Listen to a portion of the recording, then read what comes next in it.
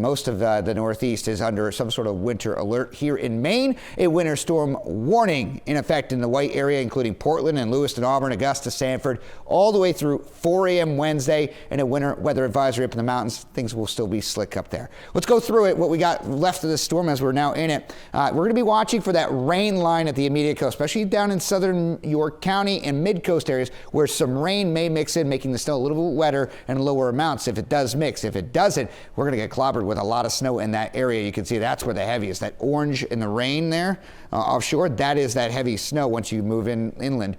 So we're going to be looking at that heavy snow, especially around that 4, 5, 6 o'clock time frame. And then by the evening hours, when I mean about 9, 10 o'clock, we start to wind things down. It clears out for tomorrow.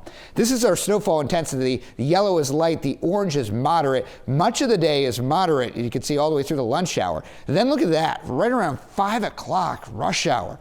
In southern Maine and York County along the turnpike, we're looking at significant snowfall, moderate till 8 o'clock, and light in the evening hours, and then we're looking better during the overnight. So we're still on track with our snowfall amounts. 4 to 8 inches in the areas in blue, 2 to 4 for the lighter blue area, and 6 to 10 in the purple. Now, folks, in 6 to 10, there could be some isolated amounts a little higher than that. We get some of that banding. Now, the 4 to 8, especially in York County, if we don't get any mixing, we're certainly on that 8-inch realm, and I think Portland gets close to 8 inches today. So drive slowly today and make sure you keep up with the snow. It's going to be light and fluffy in the interior and a little bit wetter as you head toward the coastline.